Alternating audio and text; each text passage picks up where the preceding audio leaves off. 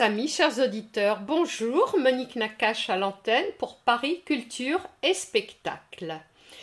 Le 16 juillet, nous avons célébré la commémoration de la rafle du Veldiv à la mémoire des victimes du nazisme, avec à l'appui de la lecture de très beaux textes de Simone Weil, disparue très récemment. Et aujourd'hui, je souhaiterais donner la parole à Madame Isabelle Choco, à qui je dis tout d'abord bonjour Madame Choco. Bonjour. Vous avez l'habitude de témoigner face aux jeunes et aux moins jeunes de ce qu'a été cette tourmente qui a balayé la vie de plusieurs jeunes et moins jeunes également. Et j'ai envie de vous poser en première question, Madame Choco, parlez-nous d'abord de votre vie à Lodz avant la guerre. Avant la guerre, effectivement, j'étais une petite fille heureuse. Mes parents étaient pharmaciens. J'étais fille unique. J'étais choyée, gâtée. Mais mes parents, et surtout ma mère, exigeaient de moi un certain travail. À partir d'un certain âge, il fallait que j'aide à la maison, il fallait que j'apprenne mes leçons et que je sois une bonne élève, ce que j'ai toujours été. J'ai eu beaucoup de facilité, heureusement, à apprendre, parce que j'apprenais assez vite. Et puis, je voulais apprendre les langues, le français, notamment parce que mes parents avaient prévu que j'irais finir mes études en France, qui était un pays extraordinaire, dans tous les pays slaves, parce que je suis née à Lodz, en Pologne. Et dans tous les pays slaves, la France était un exemple de pays de liberté, de fraternité, et des sciences, de l'art, enfin un pays extraordinaire. Madame Choco, combien de langues avez-vous appris? Écoutez, j'ai appris donc le français. Ensuite, j'entendais les yiddish à la maison, mais mes parents parlaient yiddish quand ils ne voulaient pas que je comprenne. Malgré tout, mon oreille a enregistré quelque chose. Ensuite, j'ai eu l'occasion d'apprendre l'allemand, parce que les Allemands ne se sont pas aperçus que les Juifs continuaient à se cultiver au début au ghetto de Lodz. On avait une école et on apprenait l'allemand et l'hébreu. Et ensuite, j'ai appris un peu l'anglais, bien entendu.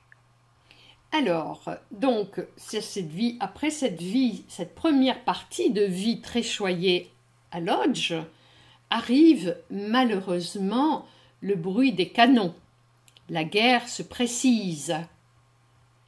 Malheureusement, effectivement, la guerre arrive très vite et les nazis arrivent très vite en Pologne, très vite à Lodz. Et très rapidement, ils prennent des mesures anti-juives. La première chose, il faut que tous les juifs mettent une étoile, mais pas une seule, 2 étoiles, pour qu'on puisse reconnaître un juif même de dos. Ensuite, tous les biens de juifs sont confisqués. La pharmacie de mes parents, un jour mes parents me demandent de venir avec eux à la pharmacie. Je suis très étonnée parce que, comme petite fille, quand j'allais à la pharmacie, je faisais un peu de désordre. Je voulais savoir ce qu'il y avait dans chaque petit pot et qu'est-ce qu'il y avait comme eau de Cologne et qu'est-ce qu'il y avait comme rouge à lèvres. Enfin bref, je dérangeais un peu le travail, donc je n'y allais pas souvent. Mais ce jour-là, il y avait 2 hommes qui étaient là et mes parents leur ont donné toutes les clés.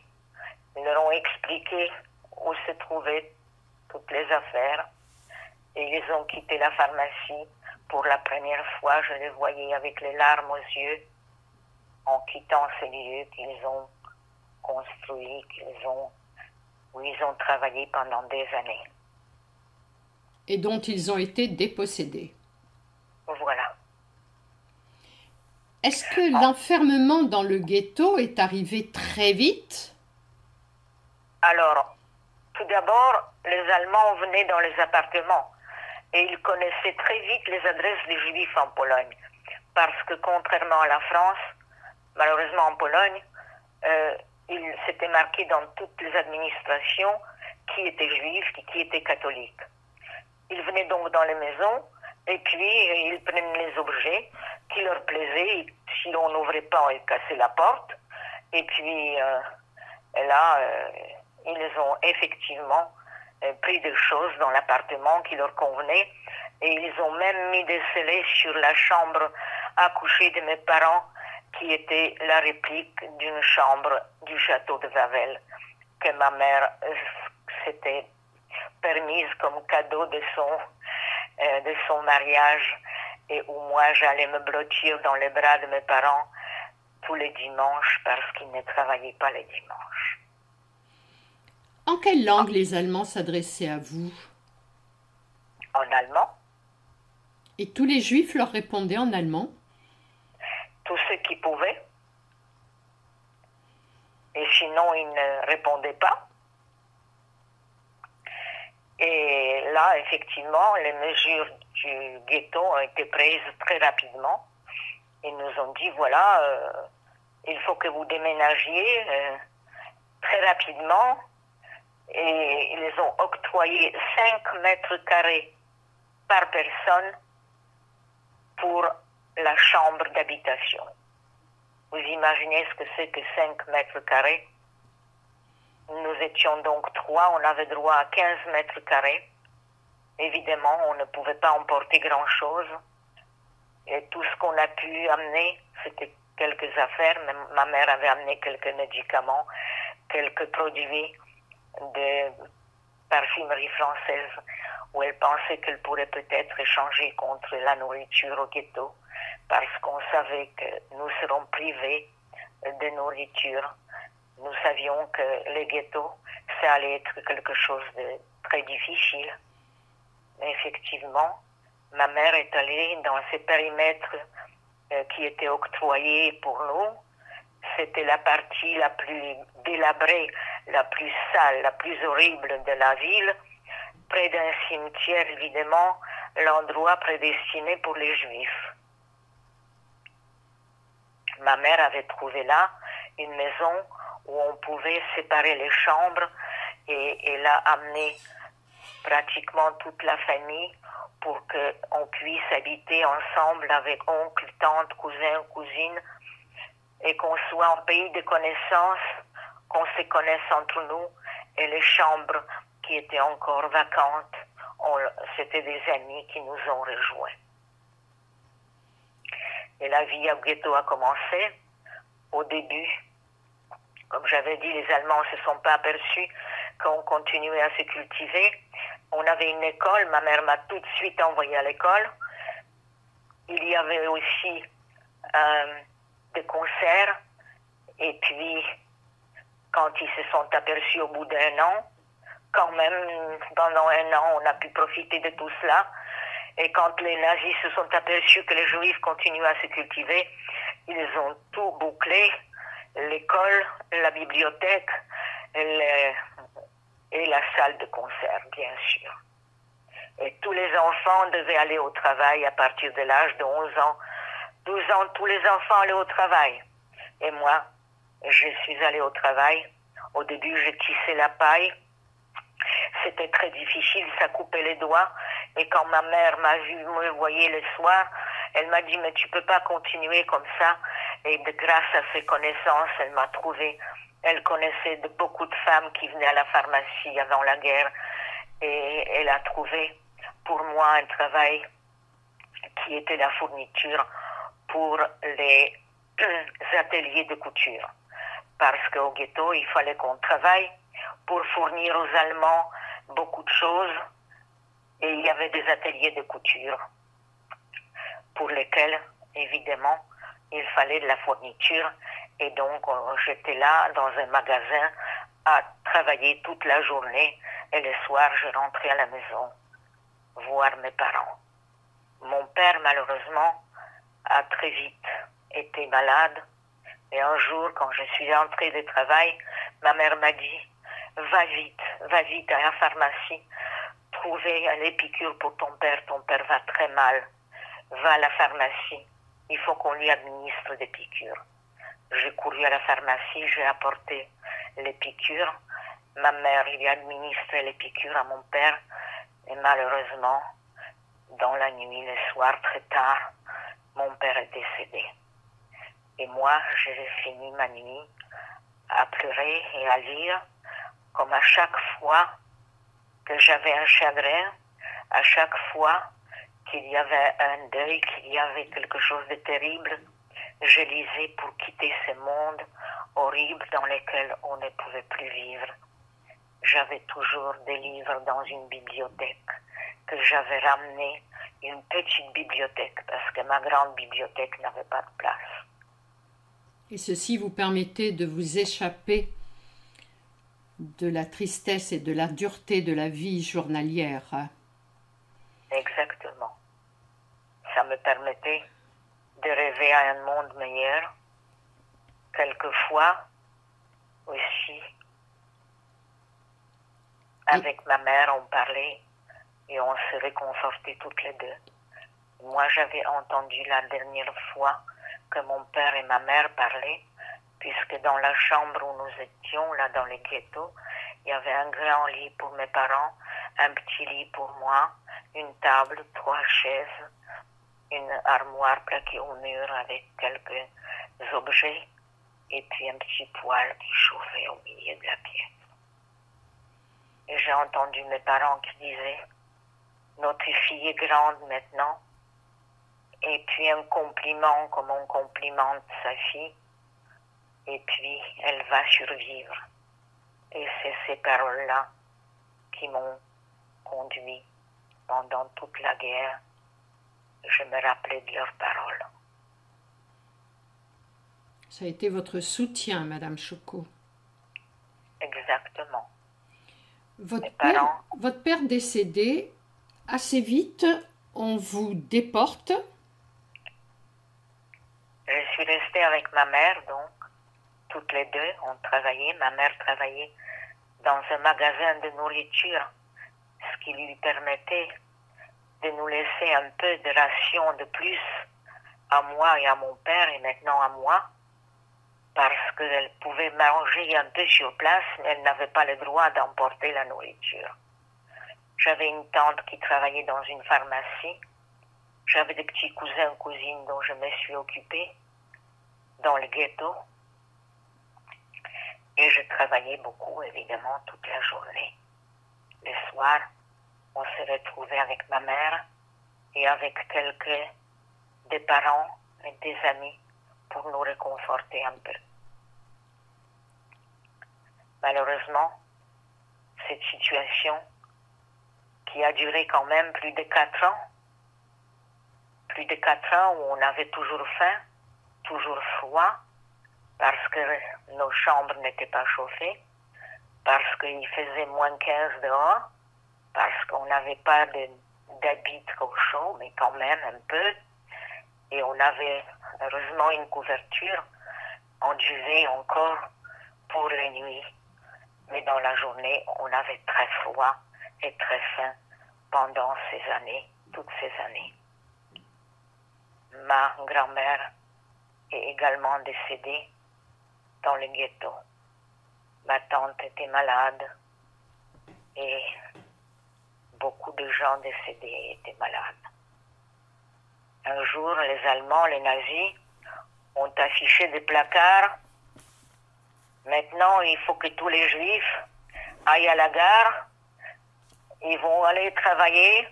Rien de fâcheux ne leur arrivera. Ils vont travailler en famille. Vous allez tous travailler en famille. Il faut que vous veniez à la gare. Les trains vont partir et vous allez aller en Allemagne travailler en famille. Rien de fâcheux ne vous arrivera. Mais ma mère ne voulait plus croire à ce qu'on nous racontait. Elle ne croyait plus aux nazis. Elle avait compris qu'il y avait beaucoup de mensonges dans ce qu'on nous disait. Et elle voulait qu'on se cache. Et on s'était caché d'abord dans un tas de charbon. On est sorti toute noire et on n'avait que l'eau gelée pour nous laver. Ensuite, on a trouvé une cachette sous un parquet dans une maison et on s'était mises là, toutes les trois personnes, ma mère, moi et une femme que je ne connaissais pas et dont je ne me rappelle pas les noms. On a mis les parquets au-dessus de notre tête pensant qu'ainsi on va être cachés. Mais les nazis, les soldats connaissaient bien l'histoire et quand ils sont rentrés dans cette pièce, ils ont tapé avec les crosses des fusils et avec les crosses des fusils, ils ont entendu un son différent d'un creux. Ils ont enlevé les parquets, ils nous ont trouvés, ils nous ont mis à la gare. À la gare détournée de la ville de Lodz, la gare où il y avait des wagons à bestiaux. On nous a poussés dans les wagons à bestiaux.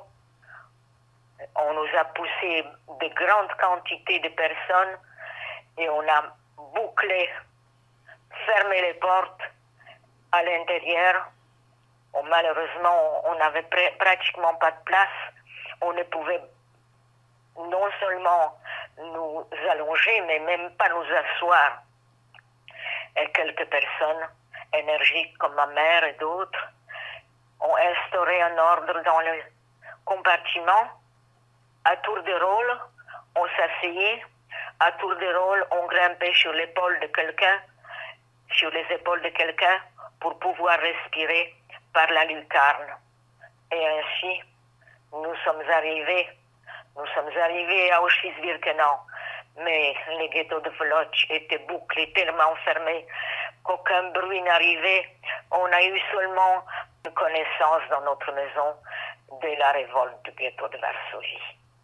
Et c'est pour ça, je pense, que le ghetto de Pologne n'a pas fait d'insurrection. Et là, on ne savait pas d'Auschwitz-Birkenau, personne n'était au courant, personne n'était jamais revenu de là, personne ne savait. Les portes se sont ouvertes et on est sorti là. Sur les quais, il y avait une foule énorme. Les enfants qui pleuraient, les gens qui criaient, les femmes qui pleuraient aussi. Et puis la foule qui avançait. Et moi, j'ai regardé. Et puis il y avait à droite des barbelés encore plus hauts que ceux du ghetto. Les soldats en armes également, et il y avait terriblement de monde, et puis ces barbelés hauts, et puis à l'intérieur, des femmes, je pensais que c'était des femmes, parce qu'elles avaient des robes rayées, mais elles avaient la tête rasée, elles avaient l'air bizarres, alors j'ai commencé à crier, qu'est-ce que c'est, qu'est-ce qui se passe ici? Et un homme m'a dit, ça ce sont des malades mentaux, vous allez travailler. Des malades mentaux. On avance, et puis un homme s'approche encore de moi, et on n'avait pas le droit de parler à quelqu'un. Ils nous ont annoncé, les nazis, les soldats nous ont annoncé, si vous parlez à quelqu'un, on va tirer dans l'état, et ça on les savait qu'ils allaient tirer. Dès qu'il y avait la pagaille, dès qu'il y avait quelque chose, ils prenaient leur fusil et ils tiraient, ils ne se souciaient pas de qui allait mourir, de qui allait vivre. Et ma mère était à côté de moi et cet homme s'est approché de moi quand même et il m'a parlé tout en marchant. Il m'a dit, regarde, là-bas au bout du quai, il y a une sélection. À gauche, c'est la vie et à droite, c'est la mort. Et il est parti. Il m'a dit juste, fais attention, va à gauche, va à gauche. Et moi, je me suis dit, si je suis la seule à savoir qu'à gauche, c'est la vie, à droite, c'est la mort, comment je peux le dire à tout le monde sans que ça fasse une révolte, sans que ça fasse quelque chose de terrible, puisque les Allemands vont tirer dans l'État. Et alors, je n'ai trouvé qu'une seule solution. J'ai pris ma mère par la main et j'ai baissé la tête et j'ai parlé aussi fort que possible en avançant très vite. Allez à gauche, allez à gauche, allez à gauche. J'espère que les gens m'ont pas prise pour une folle. Et à la fin au bout du quai, effectivement, il y avait une sélection. Moi, j'avais l'air beaucoup plus âgée que mon âge. J'avais 15 ans là, mais j'avais déjà l'air d'avoir 17-18 ans facilement. Les ghettos, ça m'a beaucoup mûri, bien sûr. Moi, on m'a envoyé tout de suite à gauche, mais ma mère est restée entre les deux, qui étaient en train de réfléchir, et ma mère avait les cheveux blancs.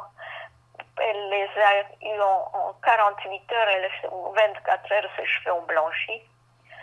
Et moi, je suis retournée vers ma mère, je l'ai tirée par la main, et la foule donc, comme il y avait un monde fou, comme je disais, puisque les trains arrivaient jour et nuit à ce moment-là, c'était au mois d'août 1944, les trains arrivaient de tous les pays d'Europe, y compris de la France, de la Pologne, de la Tchécoslovaquie, d'Allemagne, partout. Les Juifs arrivaient à Auschwitz-Birkenau. Et là, on nous a amenés dans une salle où on nous a dit de nous déshabiller. Et on nous a rasé la tête, on n'a même plus eu le temps de nous graver le numéro, on nous a envoyés dans une salle de douche, on nous a mis sous la douche et on nous a donné les fameuses robes rayées. Les fameuses robes rayées, on allait à notre tour jouer les folles. On avait des robes rayées, on avait des sabots, on avait une culotte et une chemise. Et on nous a sortis dehors. On est resté dehors toute la nuit. On s'est couché pour dormir par terre, les unes contre les autres, pour avoir un peu plus chaud parce que les nuits sont fraîches en Pologne, même à la fin du mois d'août. Après, on nous a mis dans des baraques. Dans des baraques par terre. Toujours par terre. On était avec ma mère une à côté de l'autre. Et ma mère cherchait toujours à se renseigner comment on pouvait sauver sa fille, comment on pouvait se sauver. Et elle m'a dit, tu sais, on va aller travailler. Je pense que nous allons aller travailler. Mais entre-temps, il y avait une espèce de femme qui était complètement folle, qui était rousse, qui nous tapait avec un fouet, qui tapait dans le tas. Et on m'a dit après que cette femme est devenue folle parce qu'elle a échappé au four. Je ne savais pas qu'il y avait un four à Auschwitz-Birkenau. Je l'ai appris seulement après, heureusement. Et cette femme est devenue folle parce que les portes du four se sont fermées avant qu'elle ne rentre là-dedans. Effectivement, ensuite on nous a amenés dans des camions, on nous a amenés dans un endroit, dans une forêt. Et on a commencé à se regarder avec ma mère. Peut-être que là on pourra encore vivre. Et on est rentré dans une baraque. Et dans une baraque, il y avait des lits superposés, mais des lits, une couverture. Et puis un peu de feu dans un poêle. Mais le lendemain, quand on est allé aux travaux forcés, nous étions dans la ville de Celle. Nous étions pas loin de Bergen-Belsen. Celle, c'était un camp annexe de Bergen-Belsen, ce que nous ne savions pas encore. Et là, le travail a commencé sur les chantiers de construction.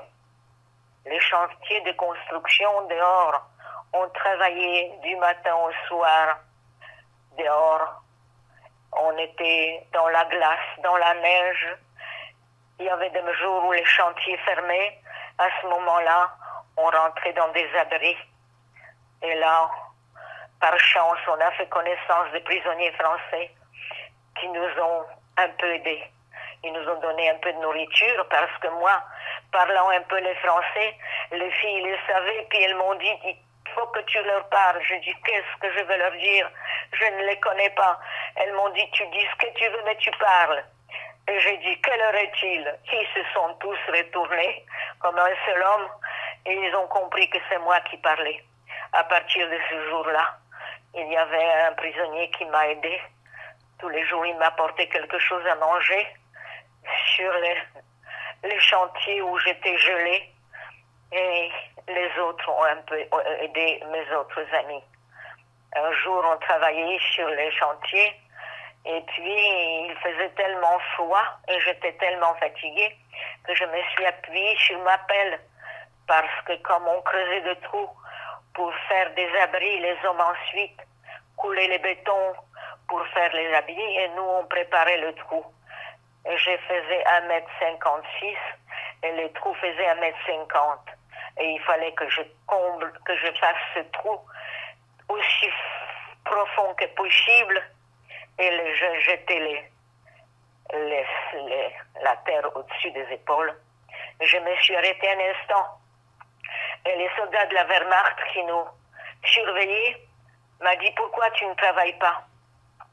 Je lui ai dit, j'ai répondu « Je vais travailler tout de suite. » Et puis, les commandants SS qui nous surveillaient, qui surveillaient les soldats de la Wehrmacht pour voir tous les jours s'ils ont travaillé tous les jours comme il faut, mais il se cachait toujours. Il venait jamais directement. Il est venu là et puis il a entendu mais il n'a pas vu. Alors il a posé la question, qui n'a pas travaillé? Personne n'a bougé. Personne n'a rien dit. Nous étions très solidaires entre filles. Nous étions toutes très solidaires parce que c'était le seul moyen de travailler dans ces conditions. Personne ne disait rien. Et il a dit, si vous ne dites pas immédiatement qui n'a pas travaillé, vous allez toutes être punis ce soir. Et je savais ce que ça voulait dire. Ça voulait dire qu'il allait nous laisser dehors, sans la soupe du soir. On avait juste un petit bout de pain le matin, une eau brunâtre, et à midi une petite soupe, et le soir une petite boîte de soupe. Si on n'a pas la soupe le soir, si on ne peut pas aller se coucher, s'il nous laisse dehors, on sera dans un état épouvantable. Alors je me suis approchée de lui, je l'ai regardé dans les yeux et je lui ai dit « c'est moi ». Il a fermé son poing, il a pris un élan, il m'a tapé aussi fort qu'il a pu il m'a tapé dans la tête, je suis tombée quelques mètres plus loin, complètement abruti par le coup, et il est parti, il a tourné les talons. Pour la première fois, les soldats de la Wehrmacht est venu vers moi, il m'a donné sa soupe, et il m'a dit à l'oreille, bientôt la guerre sera finie, et tu vas rouler en voiture. Il faisait sans doute allusion à la voiture qui venait de rentrer sur les chantiers. Parce que les chantiers travaillaient toujours, bien sûr. Nous sommes rentrés dans la baraque. Quelques jours plus tard, le commandant SS nous a toutes rassemblés. Et il nous a dit, maintenant, vous allez aller à Bergen-Belsen et vous allez regretter le camp de Zell. Ce camp de Zell, en fait, s'appelait Waldeslust. L'humour des nazis. Waldeslust, les plaisirs de la forêt, pour penser. Et nous, on l'a regardé, on s'est dit, il est complètement fou. Comment on peut regretter ce camp horrible où nous gelons du matin au soir, où nous travaillons du matin au soir. On est arrivé dans les camps de Bergen-Belsen. Et là, il avait raison. Vous avez parlé tout à l'heure de Simone Weil. Simone Weil était là également, mais je ne la connaissais pas. Elle était dans les baraques des Françaises et moi j'étais dans les baraques des Polonaises. J'étais par terre avec ma mère encore. Il n'y avait plus de nourriture. À ce moment-là, au mois de avril, nous sommes arrivés au mois de février 1945 et à ce moment-là, il n'y avait plus de nourriture dans les camps de Bergen-Belsen, plus d'eau potable, seulement les poux qui transportaient le typhus, l'épidémie de typhus. Et il y avait tous les jours des cadavres, tous les jours des gens qui mouraient. Ma mère a trouvé pour moi quelque chose pour aller travailler dans une infirmerie, pour que je puisse avoir une soupe au moins par jour. Mais dans l'infirmerie, je secouais les draps des malades, j'ai attrapé des poux et je suis tombée malade, j'ai attrapé le typhus. Et j'étais par terre avec 42 fièvres. Et quand j'ouvrais les yeux parce que j'étais inconsciente, je voyais quand même les visages de ma mère qui m'humectait les lèvres, je ne sais pas d'où elle trouvait l'eau. Ma mère était toujours à mes côtés. Un jour, j'ai regardé ma mère, elle avait les visages enflés, les corps enflés, et moi je me rappelais, quand j'étais petite fille, je savais quelques notions de maladies, notions de médicaments. Je savais que quand on a le corps et le visage enflés, c'est soit de faim, soit de maladie. Et j'avais peur pour ma mère. Et ma mère s'est blottie toujours à côté de moi. Moi, j'étais toujours dans ses bras la nuit, par terre toujours. Et le lendemain matin, quand je me suis réveillée, j'allais un petit peu mieux, j'ai ouvert les yeux, je poussais ma mère, mais elle bougeait plus. Dans la nuit, pourtant, elle m'avait demandé de lui faire cuire la cacha. Et je lui ai répondu, demain, je vais te faire cuire la cacha demain matin. Et là, elle ne répondait plus, elle parlait plus. Je l'ai secouée, elle ne répondait plus, elle ne bougeait plus. Non. Ma mère est décédée dans la nuit. Et il y avait des gens qui sont arrivés et qui ont voulu l'enlever. Et je leur ai dit non, moi je laisse pas ma mère, je viens avec elle. Mais le brave plus fort que le mien, on l'a enlevé ma mère et je suis restée couchée par terre. Toute seule. Je n'avais plus personne. J'étais toute seule, malade, je ne pouvais plus bouger. Et j'ai décidé que c'était fini. Les yeux fermés, je ne bouge plus, je ne suis presque plus de ce monde. Et puis, il y a une femme à ma gauche et une femme à ma droite qui se rapprochent de moi et qui me disent, il faut que tu te lèves, il faut que tu nous apportes à manger. J'entends vaguement quelque chose et je leur dis, je ne peux plus me lever et je ne veux plus me lever. Elles se rapprochent encore de moi et elles me disent, il faut que tu te lèves, il faut que tu nous apportes la soupe. Si tu ne te lèves pas, nous allons mourir. Alors là, j'entends quelque chose. Si je ne me lève pas, elles vont mourir. Ah. Alors c'est rentré dans ma tête.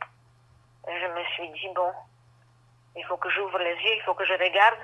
Effectivement, il y avait une jeune femme à ma gauche qui avait un écoulement du nez, un écoulement des oreilles, et à droite, celle-ci ne pouvait plus respirer. Alors je me suis dit, bon, il faut que je me lève. J'ai essayé de redresser mes jambes. Je ne pouvais pas. Elles étaient comme pliées vraiment sans possibilité de les redresser. Alors je me suis mise à genoux, j'allais vers la porte, je me suis traînée à la porte, je me suis accrochée à la poignée de la porte. L'air frais m'a fait du bien. Je suis arrivée à me lever sur mes deux jambes. Et je suis arrivée à passer le pas de la porte. L'air froid m'a un peu réanimée, et j'ai pu faire quelques pas. J'avançais tout doucement, et je suis arrivée à une place. Ça m'a paru très loin. Et sur la place, j'ai vu une femme avec une marmite de soupe. Je croyais que c'était un mirage. Je me suis approchée, et non, cette femme était là avec une marmite de soupe. J'ai regardé vite autour de moi, j'ai trouvé une petite boîte. Je me suis baissée, j'ai pris la boîte, j'ai dit, madame, s'il vous plaît, donnez-moi un peu de soupe. Elle m'a rempli la boîte, je suis restée à côté d'elle. J'ai mangé cette soupe, ou plutôt bu, parce qu'elle n'était pas très épaisse. Et je lui ai dit, madame, s'il vous plaît, redonnez-moi un peu de soupe pour mes amis qui sont restés dans la baraque. Elle m'a redonné la soupe. Je suis rentrée à la baraque, je donnais cette soupe à mes amis. Et je fais ça pendant quelques jours. Mais au bout de quelques jours, mes forces m'ont abandonné. Je ne pouvais plus me lever. La soupe n'était sans doute pas assez nutritive pour que je puisse bouger. Et je suis restée cette fois-ci complètement inerte, complètement sans réaction. Et quelques jours après encore, je pensais que c'était fini, terminé. Et j'ai entendu le haut-parleur qui criait « Attention, attention, vous êtes libérés, vous êtes libres. Nous sommes l'armée britannique, nous venons de vous libérer. » C'était le 15 avril 1945 et on nous disait qu'on était libérés, qu'on était libres. Je disais libre. Libre de quoi? Je ne pouvais plus bouger du tout. Je pouvais même plus bouger mon corps. J'avais à peine les yeux qui bougeaient, la tête qui bougeait. J'étais complètement anéantie. Et les haut-parleurs continuaient à crier. Et oui, maintenant, nous allons rentrer, mais pas tout de suite, parce qu'il y a l'épidémie de typhus. Il faut que nous fassions le nécessaire. Tenez bon, nous allons rentrer rapidement. Effectivement, il y avait un homme avec un imperméable jaune qui est arrivé avec une espèce de siphon. Il nous a aspergé de je ne sais pas quoi, d'un désinfectant. Et puis, un jour après, j'ai vu apparaître une tête d'un jeune soldat qui a vite refermé la porte. Sans doute ce qu'il a vu à l'intérieur a dû lui paraître effrayant. Il a prévenu ses copains, ils sont arrivés à plusieurs jeunes. Et quand ils nous ont vus, quand ils ont vu qu'il y avait une montagne de cadavres et quelques survivants, ils ont essayé de trouver les survivants parmi les morts. Et ils ont amené un médecin britannique avec eux. Et moi, comme j'avais ma tête qui bougeait et mes yeux qui bougeaient, qui regardaient encore, on m'a appelé la jeune fille aux yeux bleus et le médecin a démonté la porte de la baraque et il m'a dit qu'il allait m'opérer sans anesthésie. Il a demandé ma permission et je lui ai dit vous pouvez faire ce que vous voulez, je ne sens plus rien. Effectivement, je ne sentais plus rien. Il m'a opéré, il avait les yeux pleins de larmes. Il est parti vite et il m'a rapporté une tablette de chocolat. J'avais pas vu de chocolat depuis 5 ans. Et pour lui faire plaisir, je coupais un petit morceau de chocolat, j'ai pris dans la bouche. Et le chocolat avait le goût de la sure de bois. Je ne pouvais plus rien avaler, plus rien manger, plus rien boire. Et c'était heureux pour moi, parce que celles et ceux qui se sont jetés sur la nourriture sont tombés malades, malheureusement. Moi, j'étais déjà malade, je ne pouvais pas bouger, mais au moins, j'étais encore vivante. On m'a mis sous transfusion et les médecins se sont penchés sur mon cas. Ils ont mis à ma disposition, si on peut dire, une sœur française parce qu'il y avait des sœurs du monde entier qui ont accompagné l'armée britannique. Et sœur Suzanne Spender de la rue du Bac de Paris a essayé de m'aider. Tous les jours, elle s'occupait de moi. Alors, elle a commencé à me nourrir un peu. Au bout de quelques semaines, elle a commencé à essayer de me lever et de me faire marcher. Bref, elle m'a aidé à survivre, à vivre. Il y avait là aussi une femme, une sœur polonaise. Mais celle-là, quand elle est venue, quand elle m'a vu encore que j'étais mourante, elle a dit « Tu n'as pas honte de te faire laver les pieds par sœur Suzanne ?» Voilà tout ce qu'elle a trouvé de dire. Une sœur polonaise, c'est tout ce qu'elle a trouvé à dire à une gamine qui parlait si bien le polonais. Tout ce qu'elle a trouvé à dire, c'était ça. Et elle est partie, elle n'est jamais revenue. Et je ne savais pas qui c'était, je ne voulais pas le savoir. Ensuite, quand j'avais le choix, sœur Suzanne Spender m'a dit d'aller en Suède en me disant que là, je vais être bien soignée. Je vais être prise en charge par les Suédois. Parce que, comme il paraît qu'ils ont fourni de l'acier à des nazis, ils se sont rachetés un peu en prenant quelques milliers de déportés pour les soigner et leur reprendre goût à la vie. Et je suis partie en Suède. Pendant ce temps-là, sœur Suzanne Spender a cherché pour moi la famille. Et quand elle m'a demandé qui il y avait dans ma famille, je lui ai dit, mais toute ma famille, j'ai perdu toute ma famille en Pologne, à Auschwitz-Birkenau. Mais mon père avait un père qui était en France. Et mon père m'a toujours parlé de la famille, beaucoup de la famille. Et peut-être que mon oncle est vivant. Et il a le même nom que moi. Et effectivement, c'est Suzanne Spender, quand elle est rentrée à Paris, elle a trouvé la famille, elle m'a trouvé mon oncle, sa femme et ses 2 enfants. Et mon oncle a décidé de me faire venir chez eux, bien que leurs conditions de vie n'étaient pas faciles. Il a décidé de me faire venir chez eux.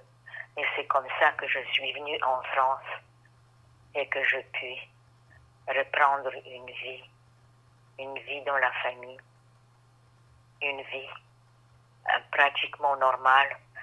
J'ai appris à nouveau, je suis allée à l'Alliance française pour apprendre le français, pour parfaire mon français, qui était déjà un peu quand même là, mais pas suffisamment. Et comme ça, j'ai repris une vie quasi normale. Donc, peu de temps après, à l'Alliance française, j'ai rencontré une jeune femme qui était avec moi dans le ghetto. Et au bout de quelques jours, elle m'a dit, tu sais, viens avec moi, nous sommes invités par une famille française parce que il y a leur fils qui veut se marier. Alors j'ai dit, s'il veut se marier, qu'il se marie. Moi, je continue mes études, je ne veux pas me marier avant 23 ans. Elle a insisté le lendemain, le surlendemain. Ah, tu sais, il nous invite dans un beau spectacle à Paris. Comme je n'avais pas vu encore de spectacle, je suis allée. J'ai accepté. Et nous avons vu la première fois Edith Piaf. C'était curieux pour moi. Cette petite femme, habillée de noir, de foncé, quand la lumière s'allume et que sa voix arrive, c'est un miracle. Je trouvais que c'était extraordinaire. Et puis il y avait ces personnes qui étaient tellement gentilles avec moi. Un jeune homme qui me parlait très gentiment et qui voulait me voir plus souvent, et ses parents aussi. Et puis voilà, au bout de quelque temps, il m'a conquis, ses parents aussi, et je me suis mariée. Je me suis d'abord fiancée au mois de septembre, et je me suis mariée au mois de décembre 1945. Voilà. Après, j'ai repris un travail. Je travaillais beaucoup. Je travaillais d'abord avec mon mari aussi. Dans quelle branche vous travaillez, Madame Choucault? Alors, au début, j'ai commencé à aider mes beaux-parents qui avaient une usine de métaux. Et j'ai appris la technique de métaux. Et je me levais très tôt pour les aider. Et puis, comme ils étaient sinistrés, on habitait dans une chambre de bonne et ils habitaient dans un petit logement. Mais pour une fille qui était déportée, une chambre de bonne non chauffée, ça n'avait aucune importance. Et j'étais avec un homme que j'aimais. Et donc, on travaillait dans une usine de métaux pour aider mes parents, mes beaux-parents. Et donc, j'ai appris beaucoup de choses là. Et puis ensuite, comme mon beau-père était un poète et un peintre, et qui ne savait pas compter, j'avais compris que malheureusement, nous allions pas pouvoir continuer. Et j'ai fait le nécessaire pour que mon beau-père ne tombe pas en faillite.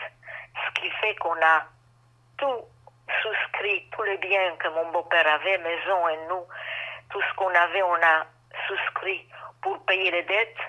Et on s'est trouvé sans un sou avec mes beaux-parents. Mon beau-père est tombé malade parce qu'il a compris que malheureusement, il avait tout perdu.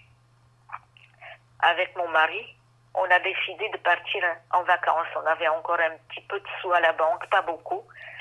Et on avait aussi nos enfants déjà. Parce qu'en 3 ans et demi, j'ai eu 3 enfants. Et j'avais donc 23 ans et 3 enfants. Mais heureusement que pendant que je travaillais chez mes beaux-parents, mes enfants ont pu grandir un peu et je pouvais les laisser un peu à la maison. et m'occuper du travail. On est parti avec les enfants pour nous reposer un tout petit peu, et quand on est rentré, des amis de mon beau-père m'ont aidé et nous ont aidés à monter une affaire de matière plastique. Et à cette époque-là, la matière plastique, c'était vraiment très en vogue. Et moi, j'ai appris la technique de matière plastique très rapidement. Et je me suis retrouvée avec mon mari dans une affaire où j'ai créé des objets en matière plastique.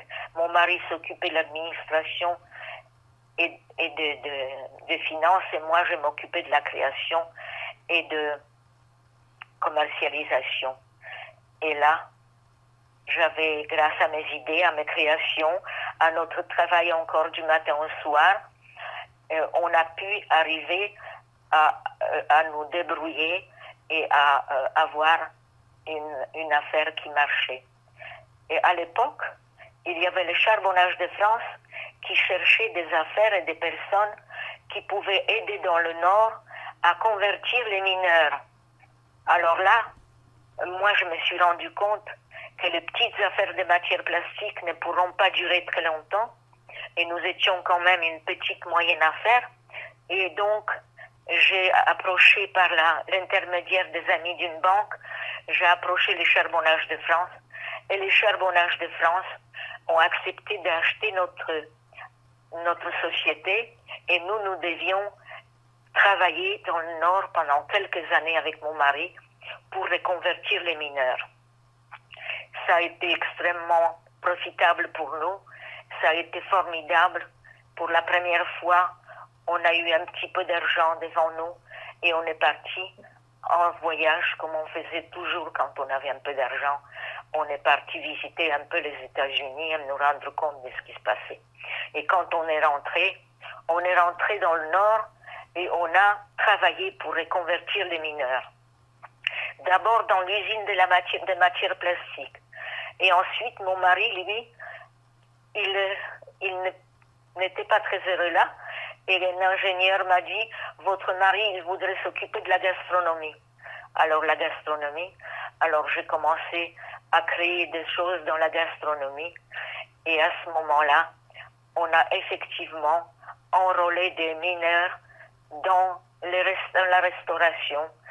Dans la restauration pour des entreprises. J'avais mis ça au point avec mon mari. On a fait beaucoup de choses, on a beaucoup travaillé et on s'en est sorti et on a élevé nos 3 enfants, nos 3 fils, ont pu faire ce qu'ils voulaient dans la vie, ont pu faire les études et tous les 3 ont fait des études dans la branche qu'ils ont choisie.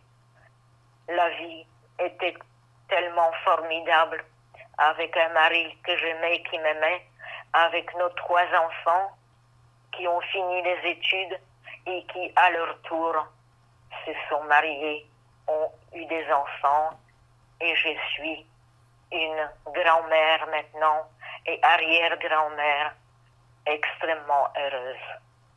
Bravo, Madame Choco, la force de la vie. Et maintenant, Madame Choco, à l'heure actuelle, quel est votre message que vous voulez transmettre? Ce que je souhaite transmettre à tous les jeunes, c'est qu'il faut absolument qu'ils réfléchissent dans la vie, qu'ils réfléchissent ce qu'ils souhaitent faire dans la vie, et que coûte, ils essaient effectivement d'y arriver. Parce que Confucius a dit, si vous aimez votre travail, vous n'aurez pas travaillé un seul jour de votre vie.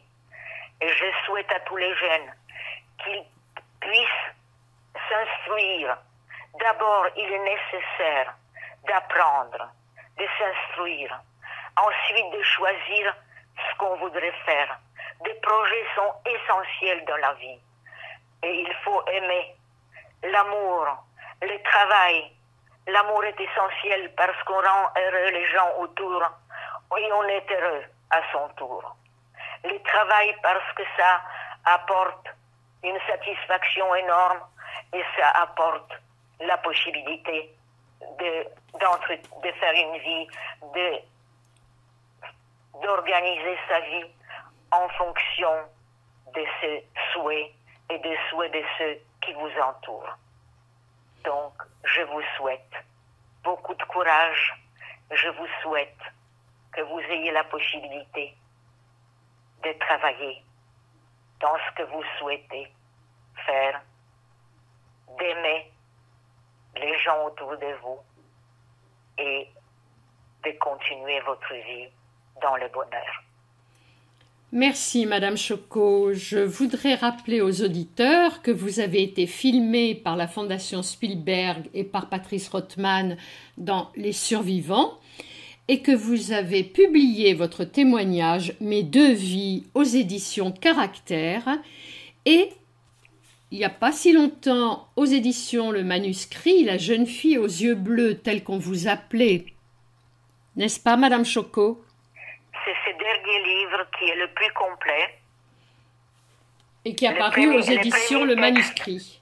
Le premier texte n'est pas disponible et il n'est de loin pas aussi complet que celui, La jeune fille aux yeux bleus, qui a été édité par les manuscrits, l'édition Les Manuscrits, et par la Fondation de la Shoah.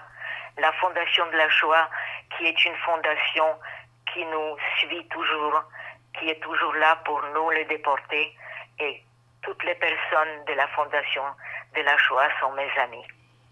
Et je n'oublierai pas de dire, car je tiens à terminer par une phrase en hébreu qui est presque un ordre, « Al tishkar, al tishkari », n'oublie pas. Merci. Merci Madame Choco. Quant à moi, chers amis, je vous dis à la semaine prochaine. Monique Nakache pour Paris Culture et Spectacle. Au revoir. Au revoir, Madame Choco.